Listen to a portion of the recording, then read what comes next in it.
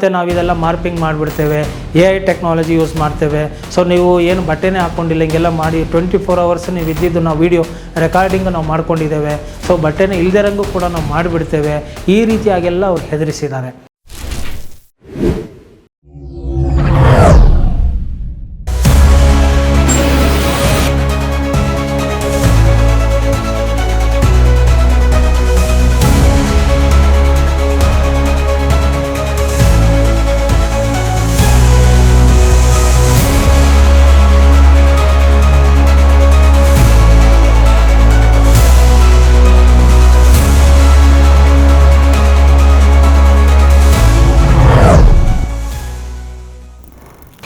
ನಮಸ್ಕಾರ ವೀಕ್ಷಕರೇ, ನಾನು ನಿಮ್ಮ ಮಂಜುನಾಥ್ ಅಡ್ವೊಕೇಟ್ ಮಾತಾಡ್ತಾ ಇರೋದು. ಕಳೆದ 4 ವರ್ಷಗಳಿಂದ ಸರಿಸುಮಾರು 575ಕ್ಕೂ ಹೆಚ್ಚು ವಿಡಿಯೋಗಳನ್ನು ಕಾನೂನಿಗೆ ಸಂಬಂಧಪಟ್ಟಂತೆ ಹಾಗೂ ಇನ್ನಿತರ ವಿಚಾರಗಳಿಗೆ ಸಂಬಂಧಪಟ್ಟಂತೆ ಸಾರ್ವಜನಿಕರಲ್ಲಿ ಜಾಗೃತಿ, ಅರಿವು, ತಿಳುವಳಿಕೆ ಮೂಡಿಸುವ ಸಲುವಾಗಿ ಮಾಹಿತಿಗಳನ್ನ ನೀಡ್ತಾ ಬರ್ತಾ ಇದ್ದೇನೆ. ಮೊದಲ ಬಾರಿಗೆ ನನ್ನ ವಿಡಿಯೋ ನೋಡ್ತಾರಾದರೆ ಮರೆಯದ ಹಾಗೆ ಈ ವಿಡಿಯೋ ಕೆಳಗೆ ಕಾಣಿಸ್ತಕ್ಕಂಥ ಸಬ್ಸ್ಕ್ರೈಬ್ ಬಟನ್ನ ಕ್ಲಿಕ್ ಮಾಡ್ಕೊಳ್ಳಿ, ಬೆಲ್ ಐಕಾನ್ ಕ್ಲಿಕ್ ಮಾಡ್ಕೊಳ್ಳಿ. ಬಿಡುವಿದ್ದಾಗೆಲ್ಲ ವಿಡಿಯೋಗಳನ್ನ ನೋಡ್ತಾ ಇರಿ. ಬುದ್ಧಿವಂತರಾಗಿ, ಸಮಸ್ಯೆಗಳಿಗೆ ಸಿಲುಕದಂತೆ ವ್ಯವಹಾರ ಮಾಡುವಂತರಾಗಿ ಅಂತ ಹೇಳ್ತಾ, ಏನಾದರೂ ಕಾನೂನಿನ ಸಮಸ್ಯೆಗಳು ನನ್ನಿಂದಲೇ ಪರಿಹರಿಸಿಕೊಳ್ಳಬೇಕು ಅಂತ ಇದ್ದಿದ್ದೇ ಆದಲ್ಲಿ ಕೆಳಗಡೆ ಡಿಸ್ಕ್ರಿಪ್ಷನ್ ಬಾಕ್ಸಲ್ಲಿ ನನ್ನ ಕಾಂಟ್ಯಾಕ್ಟ್ ನಂಬರ್ ಇರುತ್ತೆ. ನೀವು ಕರೆ ಮಾಡಿ ಕನ್ಸಲ್ಟೇಷನ್ ಫೀ ಪೇ ಮಾಡಿ ನೀವು ಸಲಹೆಗಳನ್ನು ಪಡ್ಕೊಳ್ಬಹುದು. ಹಾಗೂ ನೇರವಾಗಿ ಕೂಡ ಬಂದು ಭೇಟಿ ಮಾಡ್ಬೋದು. ಸ್ಕ್ರೀನ್ ಮೇಲೆ ಕಾಣಿಸ್ತಕ್ಕಂಥ ವೆಬ್ಸೈಟಿನ ಲಿಂಕ್ಗೆ ನೀವು ಹೋದರೆ ನನ್ನ ಕಂಪನಿಯ ವಿವರಗಳು, ಅಲ್ಲಿ ಲಾ ಕಂಪನಿಗೆ ನೀವು ಹೋದರೆ ಡೀಟೇಲ್ಸ್ಗಳನ್ನು ಪಡ್ಕೊಂಡು ಆಫೀಸ್ ಲೊಕೇಶನ್ ಪಡ್ಕೊಂಡು ಬಂದು ಭೇಟಿ ಮಾಡ್ಬೋದು. ಕರ್ನಾಟಕದಾದ್ಯಂತ ಕೇಸುಗಳನ್ನು ಕೂಡ ನಡೆಸಿಕೊಡಲಾಗ್ತಾ ಇದೆ ಅಂತ ಹೇಳ್ತಾ, litigation, non litigation, property registration, family matters, financial matters, criminal matters, high court, even supreme court cases also we are handling ಅಂತ ಹೇಳ್ತಾ, ಸೊ ಇವತ್ತು ಬಹಳ ಒಂದು ಪ್ರಮುಖವಾದಂತಹ ವಿಚಾರ ಹಾಗೂ ಸುಮಾರು ಜನರು ಕೌತುಕದಿಂದ ಇದರ ಬಗ್ಗೆ ಕೇಳಿದ್ದಾರೆ. ಸರ್, ಇತ್ತೀಚೆಗೆ ಈ ಒಂದು ಡಿಜಿಟಲ್ ಅರೆಸ್ಟ್ ಎಂಬುವಂತಹ ಮಾತು ಕೇಳಿ ಬರ್ತಾ ಇದೆ. ಇದೇನು ಪೊಲೀಸ್ನವರು ಅರೆಸ್ಟ್ ಮಾಡೋದನ್ನು ನಾವು ಕೇಳಿದ್ದೇವೆ, ಆದರೆ ಇದು ಯಾವುದಪ್ಪ ಇದು ಡಿಜಿಟಲ್ ಅರೆಸ್ಟ್ ಅಂತಕ್ಕಂಥದ್ದು? ಡಿಜಿಟಲ್ ಯುಗ ಅನ್ನೋದು ಬಂದ ಮೇಲೆ ಈ ಡಿಜಿಟಲ್ ಅರೆಸ್ಟ್ ಅನ್ನೋದು ಆಗೋಯ್ತಾ? ಮನುಷ್ಯ ಎದುರುಗಡೆ ಕಾಣಿಸಿದ್ರೇ ಪೊಲೀಸ್ನವರು ಅರೆಸ್ಟ್ ಮಾಡಲ್ಲ ಈ ಕಾಲದಲ್ಲಿ. ಅಂಥದ್ರಲ್ಲಿ ಡಿಜಿಟಲ್ ಮುಖಾಂತರ ಅರೆಸ್ಟ್ ನಾವು ಮನುಷ್ಯರು ತಮ್ಮಷ್ಟಕ್ಕೆ ತಾವೇ ಅರೆಸ್ಟ್ ಆಗಿರೋ ರೀತಿಯಲ್ಲಿ ಮಾಡಿಕೊಳ್ಳುವ ಮಟ್ಟಿಗೆ ಮಾಡ್ತಾ ಇದ್ದಾರೆ ಅಂತ ಹೇಳಿದರೆ ಇದು ಎಷ್ಟು ಶೋಚನೀಯ ಅಂತ ನಾವು ತಿಳ್ಕೊಳ್ಬೋದು. ಮತ್ತು ಇದಕ್ಕೆಲ್ಲ ವಿದ್ಯಾವಂತರು ಕೂಡ ಬಲಿ ಆಗ್ತಾ ಇದ್ದಾರೆ. ಈ ಡಿಜಿಟಲ್ ಅರೆಸ್ಟ್ ಎಂಬುದರ ಬಗ್ಗೆ ಎಷ್ಟೋ ಜನ ಕೇಳೇ ಇರೋದಿಲ್ಲ. ಸೊ ಗಾಬರಿ ಆಗ್ತಾರೆ. ಸೊ ಈ ಡಿಜಿಟಲ್ ಅರೆಸ್ಟ್ ಆದರೆ ನಾನು ಏನು ಮಾಡಬೇಕು, ಏನಿದು ಡಿಜಿಟಲ್ ಅರೆಸ್ಟ್ ಎಂಬುದರ ಬಗ್ಗೆ ಇವತ್ತು ನಾನು ಮಾಹಿತಿಯನ್ನು ತಿಳಿಸ್ಲಿಕ್ಕೆ ಸಾರ್ವಜನಿಕರ ಒಳಿತಿಗಾಗಿ ಬಂದಿದ್ದೇನೆ. ಈ ಡಿಜಿಟಲ್ ಅರೆಸ್ಟ್ ಸ್ಕ್ಯಾಮ್ ಅಂತಂದರೆ ಏನು ಅಂತ ಹೇಳಿದರೆ, ಯಾವುದೋ ವ್ಯಕ್ತಿಗಳು ಈ ಒಂದು ಲೀಗಲ್ ಎನ್ಫೋರ್ಸ್ಮೆಂಟ್ ಡಿಪಾರ್ಟ್ಮೆಂಟಿನ ಅಧಿಕಾರಿಗಳು ಅಂತ ಹೇಳಿ, ಅಂದರೆ ಏನು, ಉದಾಹರಣೆಗೆ ಈ ಪೊಲೀಸ್ನವರು ಅಥವಾ ನಾವು CBIನವರು, ಈ ರೀತಿಯಾಗಿ CIDನವರು, ಈ ರೀತಿಯಾಗಿ ನಾವು ಕಾನೂನಿನ ಒಂದು ಪ್ರಕ್ರಿಯೆಯನ್ನು ಪಾಲಿಸುವಂತಹ ಅಧಿಕಾರಿಗಳಾಗಿದ್ದೇವೆ. ಈ ಒಂದು ಇಲಾಖೆ ನಮಗೆ ಈ ಒಂದು ಅಧಿಕಾರಗಳನ್ನು ನೀಡಿದೆ. ಸೊ ನಿಮ್ಮನ್ನು ಯಾವುದೋ ಒಂದು ವಿಚಾರಕ್ಕೆ ಸಂಬಂಧಪಟ್ಟಂತೆ, ನಾವು ಈ ಒಂದು ದೇಶದ ಒಂದು ರಕ್ಷಣಾ ವಿಚಾರಕ್ಕೆ ಸಂಬಂಧಪಟ್ಟಂತೆ ನಿಮ್ಮ ಮೇಲೆ ಈ ರೀತಿಯಾದಂತಹ ಒಂದು ಸ್ಕ್ಯಾಮಿನ ಆರೋಪಗಳು ಬಂದಿದೆ, ಅದರಲ್ಲಿ ನೀವು ಕೂಡ ಒಬ್ಬರಾಗಿದ್ದೀರಾ. ಸೊ ಆದ್ದರಿಂದ ನಿಮ್ಮನ್ನು ನಾವು ಡಿಜಿಟಲ್ ಆಗಿ ಅರೆಸ್ಟ್ ಮಾಡ್ತಾ ಇದ್ದೇವೆ. ಸೊ ನೀವು ಇಮಿಡಿಯೇಟ್ ಆಗಿ ನೀವು ಎಲ್ಲಿದ್ದೀರೋ ಅಲ್ಲೇ ಇರಬೇಕು. ಮತ್ತು ವಿಡಿಯೋ ಕಾಲನ್ನು ನೀವು ಆನ್ ಮಾಡ್ಕೊಳ್ಬೇಕು. ನಾವು ಹೇಳಿದ ಹಾಗೆ ನೀವು ಎಲ್ಲೂ ಹೋಗಬಾರ್ದು.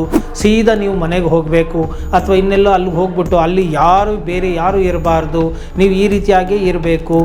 ವಿಡಿಯೋ ಆನ್ ಮಾಡ್ಕೊಂಡಿರಬೇಕು. ನಾವು ಕೇಳೋ ಪ್ರಶ್ನೆಗಳಿಗೆಲ್ಲ ನೀವು ಉತ್ತರ ಕೊಡಬೇಕು ಅಂತ ಹೇಳಿ ಮಾತನಾಡ್ತಾರೆ. ಸೊ ನಾವು ತನಿಖೆಗಳನ್ನು ಮಾಡ್ತಾ ಇದ್ದೇವೆ ಎಂಬುವಂತಹ ಮಾತನ್ನು ಕೂಡ ಅವರು ಹೇಳಬಹುದು. ಈ ಒಂದು ಡಿಜಿಟಲ್ ಅರೆಸ್ಟನ್ನು ನಿಮಗೆ ಫೋನ್ ಮುಖಾಂತರ ಅಥವಾ ಇಮೇಲ್ಗಳನ್ನು ಕಳಿಸುವ ಮುಖಾಂತರ ಈ ಒಂದು ಡಿಜಿಟಲ್ ಅರೆಸ್ಟನ್ನು ಮಾಡಬಹುದಾಗಿದೆ. ಯಾವ ಒಂದು ಕಾರಣವನ್ನು ಹೇಳಿಕೊಂಡು ಬರ್ತಾರೆ ಅವರು, ಕಾಲು ಅಥವಾ ಮೇಲ್ ಅಂತ ಹೇಳಿದ್ರೆ, ನಿಮಗೆ ವಾರೆಂಟು ಕಳಿಸಲಾಗಿದೆ, ನಿಮಗೆ ವಾರೆಂಟ್ ಇಶ್ಯೂ ಮಾಡಿದ್ದೇವೆ, ಅಥವಾ ನಿಮಗೆ ಇನ್ವೆಸ್ಟಿಗೇಷನ್ ತನಿಖೆಯನ್ನು ಮಾಡಬೇಕಾಗಿದೆ ಅಂತ ಹೇಳ್ತಾರೆ. ಕೇಳಿದರೆ ನೋಡಿ ನಾವು CID ಆಫೀಸರ್ಸ್ಗಳು ಅಂತ ಹೇಳಿ ID ಕಾರ್ಡ್ನ ತೋರಿಸ್ತಾರೆ, ಅಥವಾ ಫೇಕಾಗಿ ಪೊಲೀಸ್ ಸ್ಟೇಷನನ್ನೇ ಕ್ರಿಯೇಟ್ ಮಾಡ್ಕೊಂಡಿರ್ತಾರೆ. ಅವರು ಫೇಕಾಗಿ ಪೊಲೀಸ್ ಡ್ರೆಸ್ಗಳನ್ನು ಹಾಕ್ಕೊಂಡಿರ್ತಾರೆ. CBIಯೋ CIDನೋ ತನಿಖಾ ಆಫೀಸರ್ ಅಂತೇಳಿ ID ಕಾರ್ಡ್ಗಳನ್ನು ತೋರಿಸ್ತಾರೆ, ನೀವು ನಂಬಲಿ ಅಂತ ಹೇಳಿಬಿಟ್ಟು ಆ ರೀತಿಯಾಗಿ ಮಾಡ್ತಾರೆ. ಮತ್ತು ವಿಡಿಯೋ ಕಮ್ಯುನಿಕೇಷನ್ನ ನೀವು ಮಾಡ್ತಾನೆ ಇರಬೇಕು, ಅದನ್ನು ಆಫ್ ಮಾಡಬಾರ್ದು.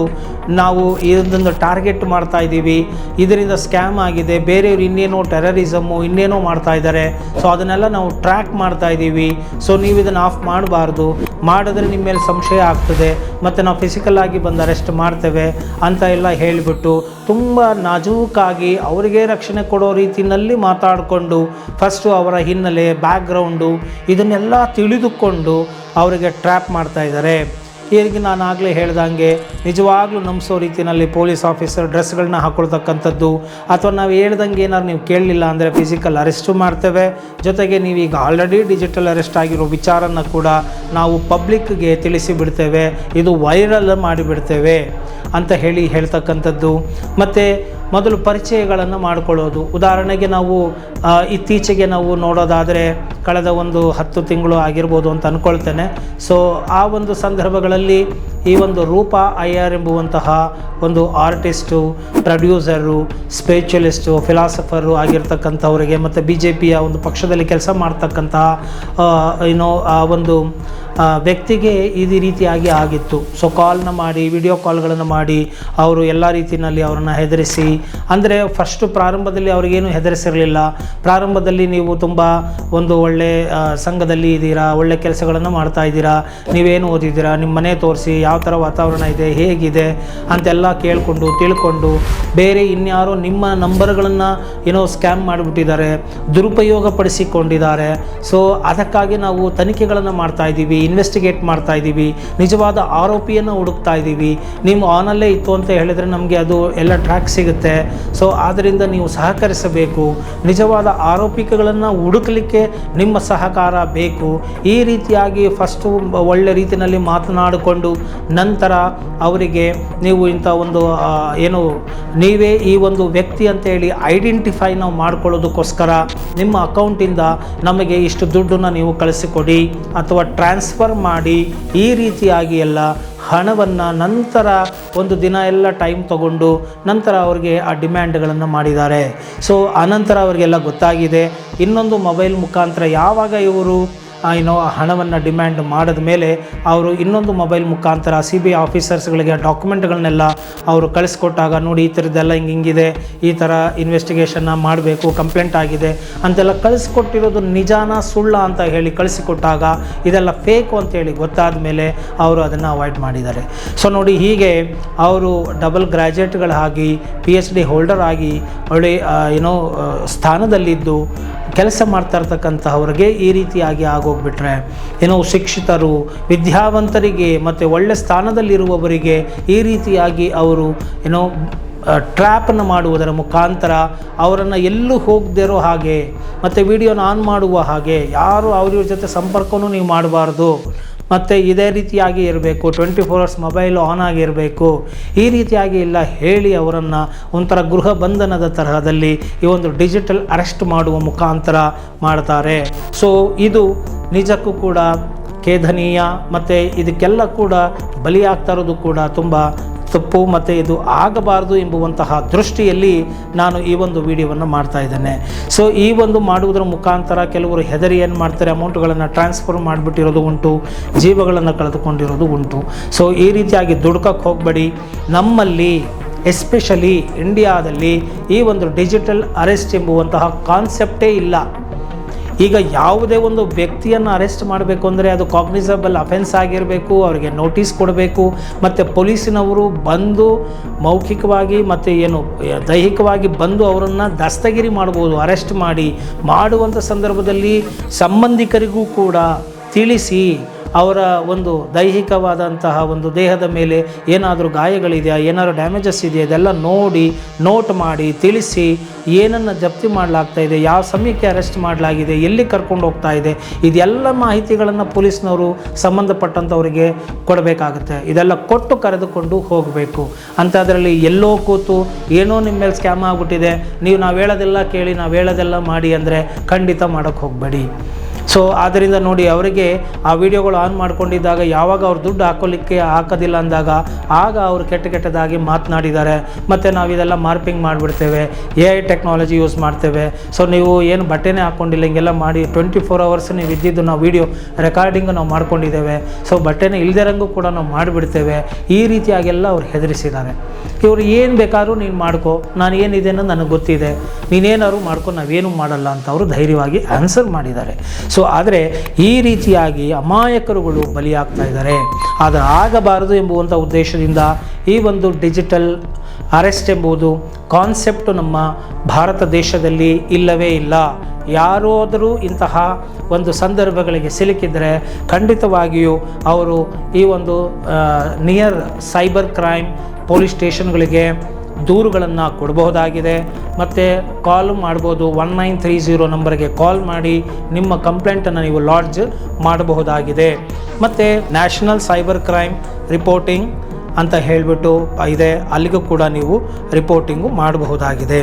ಮತ್ತು ಈ ಒಂದು BNS ಕಾನೂನು, ಭಾರತೀಯ ನಾಗರಿಕ ಸಂಹಿತ BNS 2023 ಅಂಡರಲ್ಲಿ IT ಇನ್ಫಾರ್ಮೇಷನ್ ಟೆಕ್ನಾಲಜಿ ಆ್ಯಕ್ಟ್ ಅಂಡರಲ್ಲಿ 2000, ಈ ಒಂದು IT ಆ್ಯಕ್ಟ್ 2000 ಅಂಡರಲ್ಲಿ ಈ ಒಂದು ಪನಿಷ್ಮೆಂಟ್ಗಳನ್ನು ಕೊಡಬಹುದಾಗಿದೆ.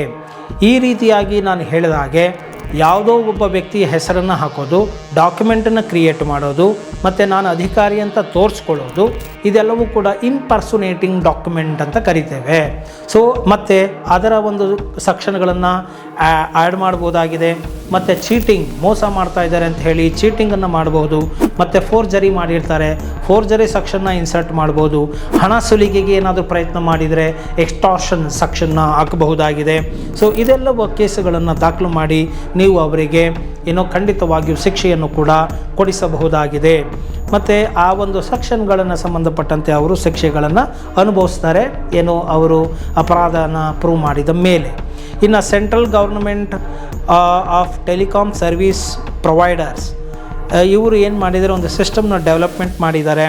ಸೊ ಅದರ ಪ್ರಕಾರ ಆ ಒಂದು ಇಂಟರ್ನ್ಯಾಷನಲ್ ಸ್ಪೂಫ್ಡ್ ಕಾಲ್ಸ್ ಅದನ್ನು ಆರ್ಗನೈಟೆಡ್ ವಿತಿನ್ ಇಂಡಿಯಾ ಅಂತ ಹೇಳಿ ಅದನ್ನೆಲ್ಲ ಟೆಕ್ನಿಕಲಿ ಅದನ್ನೆಲ್ಲ ಫಿಲ್ಟ್ರ್ ಮಾಡಿ ಮತ್ತು ಅದನ್ನು ಕನ್ಸಿಡರ್ ಮಾಡಿ ರೆಕಗ್ನೈಸ್ ಮಾಡಿ ಅದನ್ನೆಲ್ಲ ಟ್ರ್ಯಾಪ್ ಮಾಡೋದಕ್ಕೂ ಕೂಡ ಒಂದು ವ್ಯವಸ್ಥೆಯನ್ನು ಕೂಡ ಈಗ ಮಾಡಲಾಗಿದೆ. ಆದ್ದರಿಂದ ಯಾವುದಕ್ಕೂ ಹೆದರೋದಕ್ಕೆ ಹೋಗಬೇಡಿ.